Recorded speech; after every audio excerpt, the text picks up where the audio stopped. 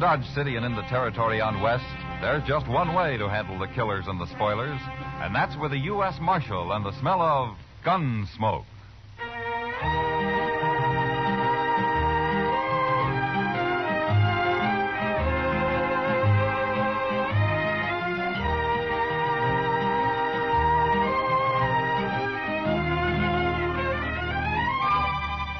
Gunsmoke, starring William Conrad. The story of the violence that moved west with young America. The story of a man who moved with it.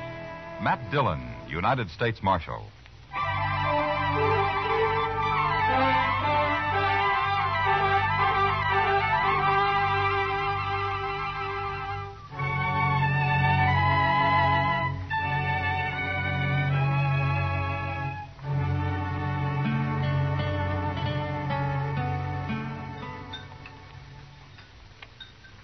Cigar, Miss Kitty? You know I don't smoke in public, Chester. Oh, excuse me. Mr. Dillon? Thanks, Chester. Yeah, I believe I will. You know, for a Cowtown restaurant, this place serves the toughest steak I ever ate. Well, you should have had the calf fries, Kitty. Oh, next time, I certainly will. Hey, that reminds me. When are we going fishing, Mr. Dillon? You said last... Gunsmoke.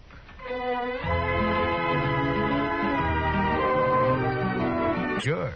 You want to go, Kitty? Oh, thanks, Matt, but there's a new girl at the Texas Trail. I told her I'd help her make a dress today. I'm late now. Huh? Well, I'll have to drop by the office first, Chester. All right. If you want any help eating those fish, let me know. You know how to cook catfish? You bet I do. We'll be around then. Hey, Mr. Dillon, look at those men down there by the jail. Huh? Now, what's so curious about a wagon load of buffalo hides, I wonder? Yeah, maybe they got a white one. If they have, I want it. See you later, Matt. Chester? Go on, Miss Kitty. Kitty.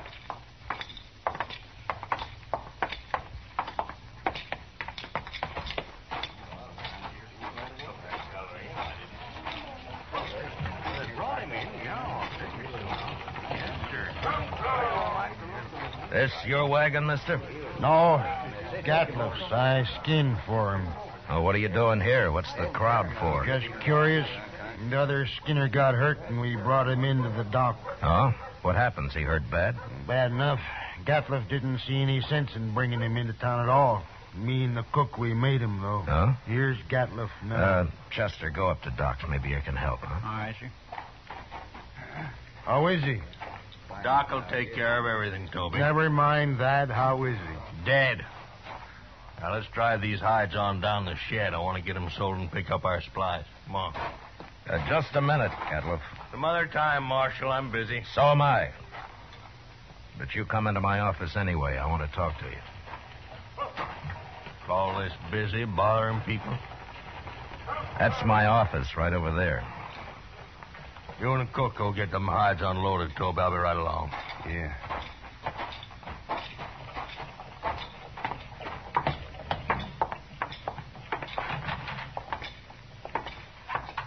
Now, what do you want, Marshal? You new around here, Gatliff? Any law in it?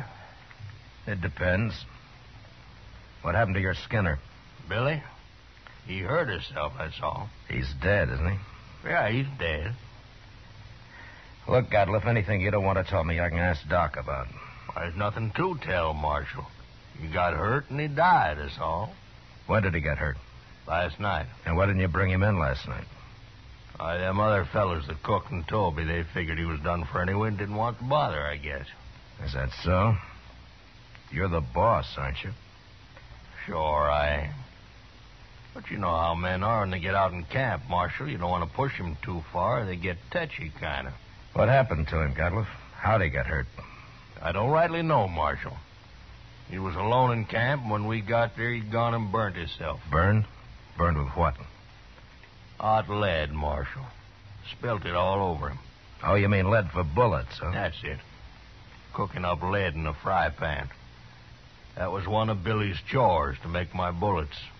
He always was a mite clumsy. He sure messed himself up this time. There must have been a lot of lead. 50, 60 pound, I reckon. Oh, there you are, Mr. Gatliff. Doc Adams is looking for you. What does he want? Well, sir, that man of yours, Doc's all through with him. He says you can bury him now. Oh, no. I ain't paying for no burial. He's just a skinner I hired. Don't even know his last name. You're his boss, aren't you? You brought him in. And that's all I'm going to do for him. I ain't paying you $1. Not $1. Nobody's asking you to pay me. But you can't just leave the man in Doc's office. Somebody's got to bury him. He's just a bum who worked for me. He's not my father. Well, all the stingy Hold it, things Chester. All right, Gatliff. We'll take care of him. You can go now. He's caused me trouble enough. I don't want to hear any more about him ever.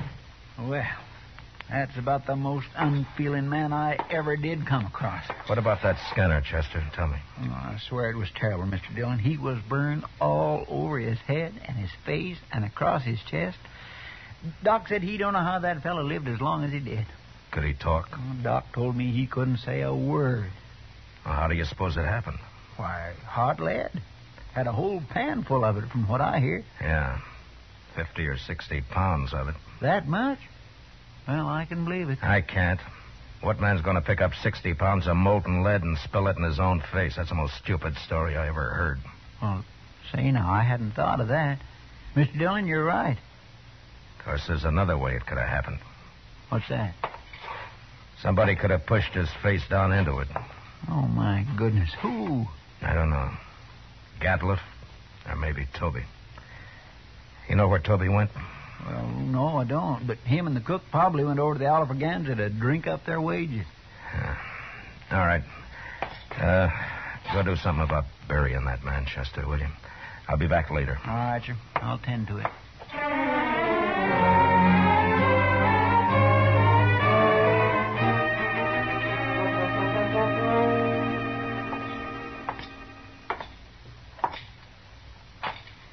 Where's the cook, Toby? Oh, hello, Marshal. Cook, he went to get him some boots while he still had the money. Come on over to a table. I'll buy you a drink. You will? Well, I mean, sure, Marshal, sure. Sam, set out a bottle of rye and another glass, will you? Yes, sir.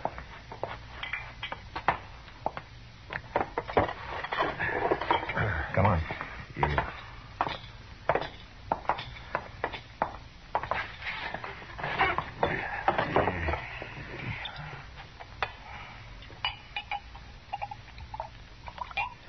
Here you are.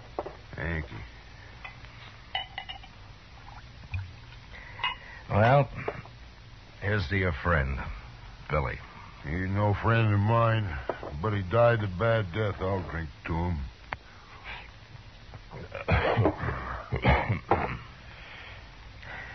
Tell me something, Toby. How did he and Gatliff get on? You see Gatliff's eyes, Marshal?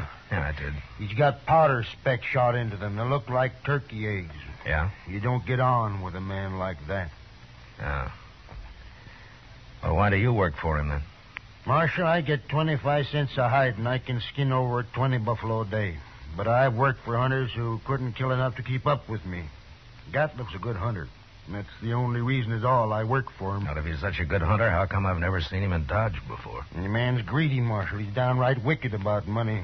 He figures he can save time and make more money by selling his hides to buyer's agents on the prairie. Yeah. He gets less out there, but he can kill and sell more that way.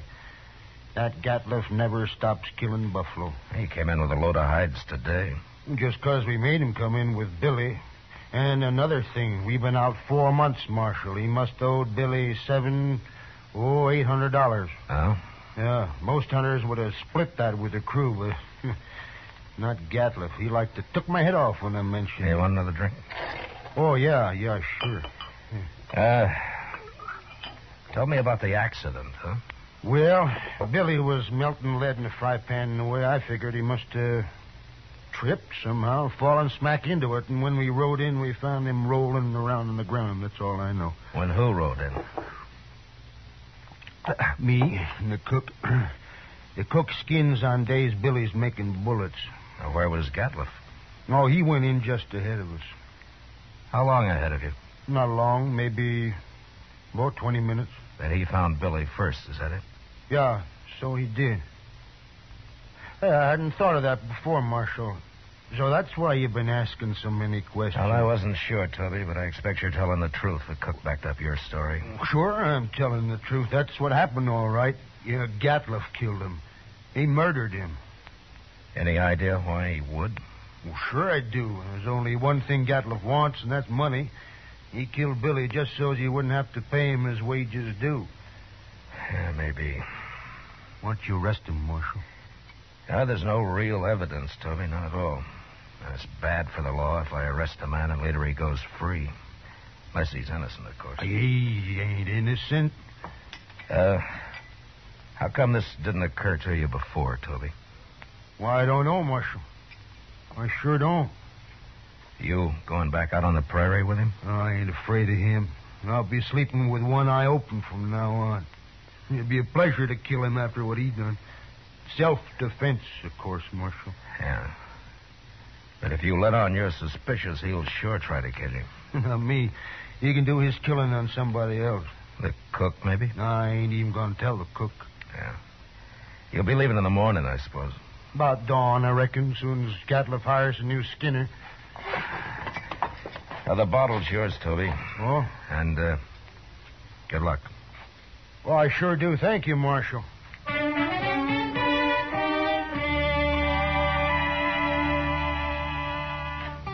Later in the day, Chester and a couple of other men buried Billy out on the hill. As Toby said, he died a bad death. And it was made worse by the men who'd done it to him, going scot-free. But I figured anybody as greedy as Gatliff would someday overplay his hand. And I hoped I'd be there when he did. The next morning, Chester told me he'd heard that they'd left Dodge. That afternoon, we went off fishing. When we got back, Kitty cooked up our catch for supper. And she did a real good job of it. Yeah, that was fine, Miss Kitty. Just fine. Anytime, Chester. You catch 'em and I'll cook 'em. Say, do you know how to make antelope stew? I've made it. And sourdough biscuits? Of course. Oh, my goodness. Chester. You sound like you're about to propose. Oh, my gracious. No, Mr. Dillon, my. Why, Chester, I always kind of hoped. Well, I didn't mean... Well, that is... I mean... Well, mercy, well, who'd marry me anyway? You ever ask anyone to, Chester? Well, yes, ma'am. Once I did. Well, what'd she say? She said she would. She said, yeah. Oh, what happened? Marshal Dillon here. Yeah, come on in, mister. They sent me after you, Marshal. Nestor camp across the river. Oh, what's the trouble? Man got knifed over there. Killed. Oh, was it just a fight or what? They don't know who knifed him, Marshal. Come on, Chester. Thanks for the supper, Kitty. Sure, Matt.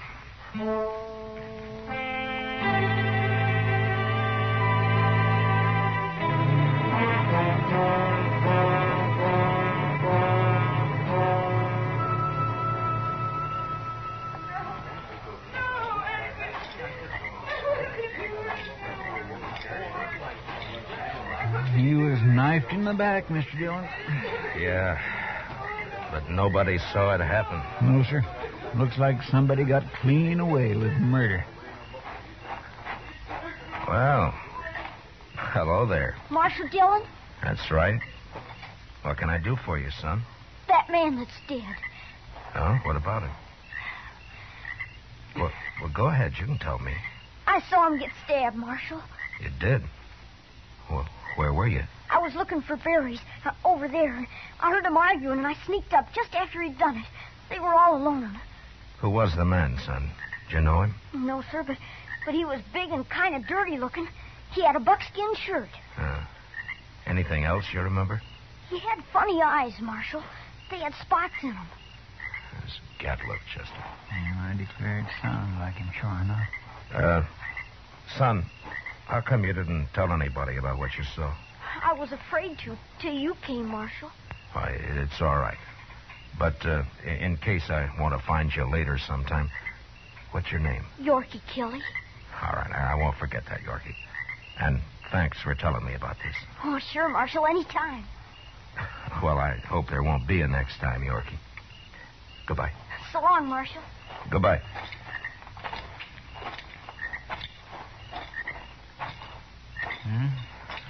it was Gatliff, all right. Yeah. Seems like a dangerous sort of man to be running loose. No, I got him now, Chester. As soon as I find him. I hope so, Mr. Dillon. I certainly do hope so.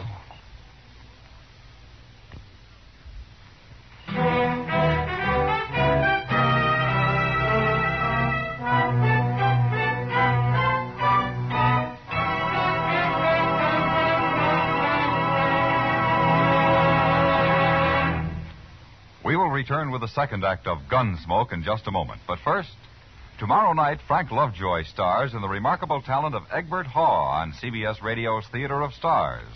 Also tomorrow night, hear Lionel Barrymore on your Hall of Fame Playhouse. Now the second act of Gunsmoke.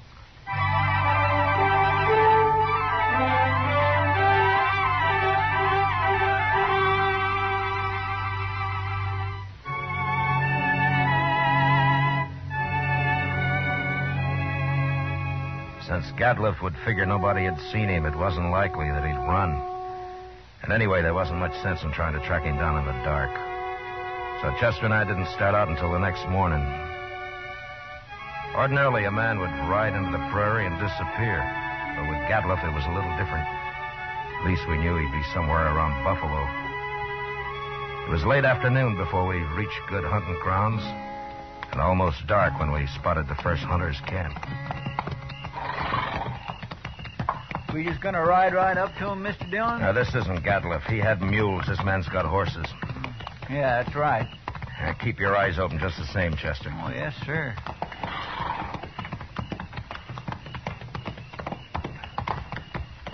Get down, stranger. Thank you. Supper will be ready. Cook, throw some more tongue in that stew pot. Don't like buffalo tongue. You'll go mighty hungry in this camp. Oh, thanks, mister. Hey, you're a lawman. Matt Dillon. I'm a U.S. Marshal. My name's Tom Mercer. How are you? This is Chester Proudfoot. How'd you do? Mr. Mercer? Come over by the wagon and sit down. Supper'll take a little longer now. Anyway, my skinners won't be in for a while yet.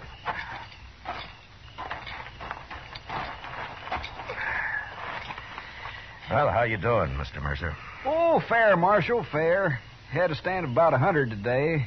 Killed every one of them but a couple of old bulls. Oh? That's why the boys are out so late. Have you been here long? About a month. Move on in a couple of weeks. I don't know, Marshal. I think this whole southern herd's going to be clean wiped out before long. Next year I'm going to Dakota. Too many hunters, maybe, huh? That's just it. That's it, exactly. Have you seen any in the last day or two, Mr. Mercer? Just who you looking for, Marshal? Man named Gatliff. Big man. Speckled eyes. What's he done? You know him? No, I don't. Nobody's come near us in over a week. You're not much help.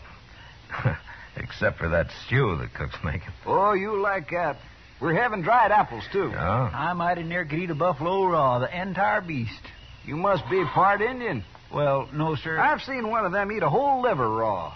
Got propped up against a tree and ate every bit of it and then went sound asleep right there in the sun. He was sure some sight. Where'd you ever get that close to an Indian? Oh, Indians ain't always bad. Take last fall, about 20 of them rode right down into our camp. We thought we was done for, sure, but you know what happened? They were looking for meat, that's all. We let them take what they wanted, they rode away. Just as peaceful like as a man could ask. Yeah, they're going to get real hungry when the herd's gone. That's so, Marshal. That is surely so. That's what makes them mad. Don't you think that's reason enough? Fella told me a couple of weeks ago he run into a bunch west of here. He was looking for scalps, all right, but good buffalo man with his old Sharps 50 can pick off Indians at 1,500 yards. They're no match for him at all. Not unless they stalk him. Oh, they've done that, sure. Hey, here come my skinners. Let's go get outside some of that stew. Good. All of it. Don't you ever feed this man, Marshal? Only when he works, Mr. Mercer. Oh, now, Mr. Dillon.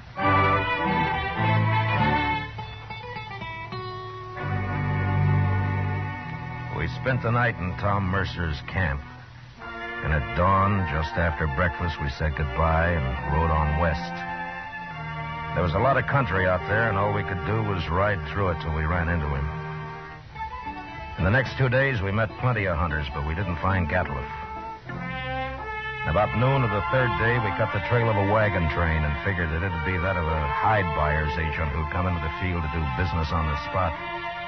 And an hour or two later, we saw him. A long string of ox-drawn wagons piled high with buffalo hides. And there was a man on horseback leading the train. We rode up to him. Hello there. Well, that's quite a load you got, mister. 10,000 so far. But what are you doing way out here, Marshal? I'm looking for a hunter named Gatliff. You know him? Sure I do. Just picked up a load from his rick early this morning. Is he in trouble? Yeah, he sure is. Where is he? Straight south here a couple of miles. Can't tell you exactly. He moves around a lot. Well, that's close enough for us. Thanks a lot, mister. Sure, Marshal. I never did like him anyway.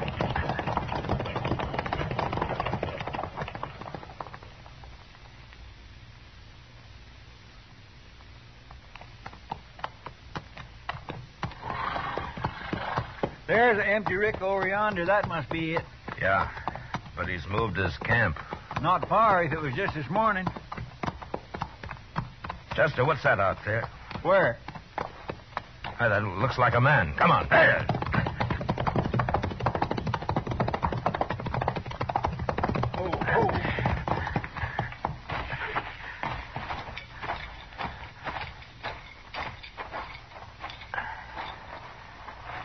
Well, Mr. Dillon, it's that Skinner of his. Get some water, Chester. Yes, sir. Toby? Toby, can you hear me? He's been shot. Yes, sir. Here's the water. Oh. Toby? It's Marshal Dillon. Give me a drink. Here you are.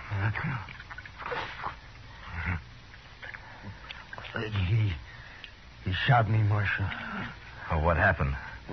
Where's the rest of the crew? They run off. He took his wagon and the horses. He went kind of crazy when he found out. That's why he shot me. You know where he is now? No, I don't know, Marshal. He shot me, and then he said he was going hunting. He's going loco. Loco. Now, take it easy, Toby. Take it easy. You'll be all right. I could hear him shooting at Sharp's a long time. And then he stopped. What? Where was he? Which way? Off. Behind me there. I could hear him.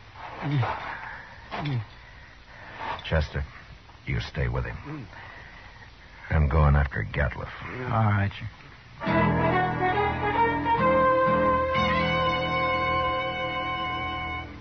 Off in the direction Toby had indicated, there lay a large, isolated hollow surrounded by low ridges. When I reached it, I dismounted, and I crawled up to where I could look down into it. There was no sign of Gatliff, but lying on the prairie floor were the bodies of countless fresh-killed buffalo. It was a strange sight. The old bulls, the cows, the little calves lying there blackening the prairie grass. I got up and stood, looking at it for a long time. And then suddenly, out in the middle, I thought I saw a slight movement. And a second later, there came the familiar boom of a Sharp's 50. And I dropped behind a ridge and waited. And then Chester rode up.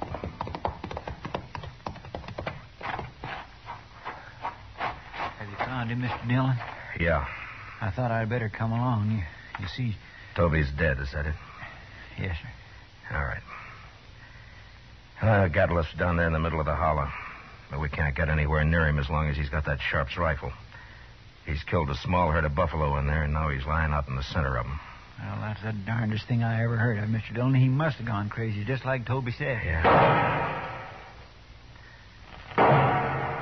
What's he shooting at now?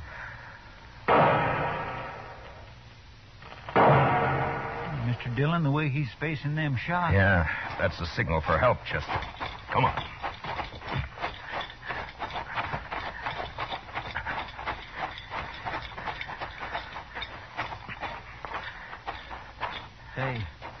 this is a trap. Be ready to take cover behind one of these animals. It might be.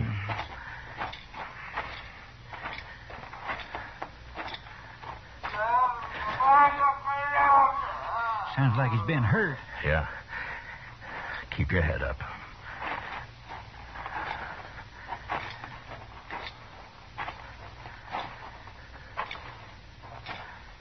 There he is. Behind that big bull. Yeah, I see him. Why, Mr. Dillon, he's all... There have been horses in here. Indians. Oh, my goodness. Come on.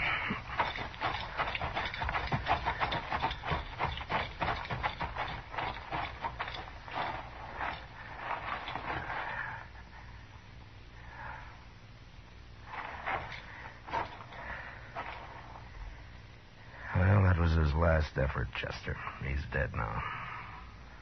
Mr. Dillon, that's awful. Yeah. Come on, let's get out of here.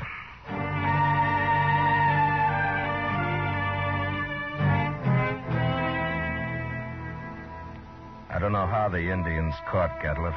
He'd gone a little mad, and maybe that made it easy for him. But they finally got themselves a buffalo hunter. And into their unbelievably savage torture of him had gone all the hatred and desperation of a race being slowly starved and driven from their homeland. And then they'd put him there surrounded by his own bloody slaughter. And they'd gone off with a gesture of contempt, leaving his rifle and his ammunition by his side. And having seen what they did to him, I'll never know how he managed to fire even one of those shots. For all of his evil, Gatliff had died harder than any man I'd ever seen. Chester and I rode back to Dodge. And it was never mentioned between us again.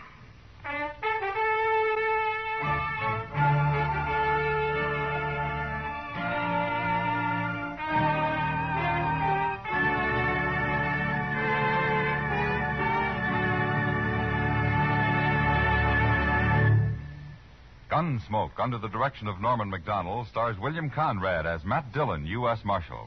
Tonight's story was especially written for Gunsmoke by John Meston, with music composed and conducted by Rex Corey. Featured in the cast were Lawrence Dobkin, John Daner, Harry Bartell, Richard Beals, and William Euler.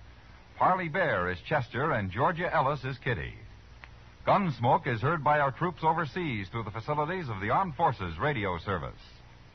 Join us again next week as Matt Dillon, U.S. Marshal, fights to bring law and order out of the wild violence of the West in Gunsmoke.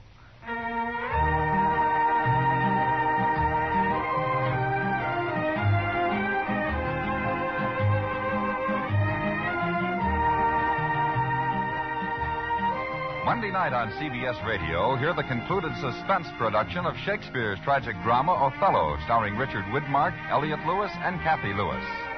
Also Monday night, don't miss the Lux Radio Theater's charming excursion into fantasy, The Bishop's Wife, starring Carrie... Mr. Dillon, the way he's facing them shots. Yeah, that's the signal for help. Monday evenings on the CBS Radio Network.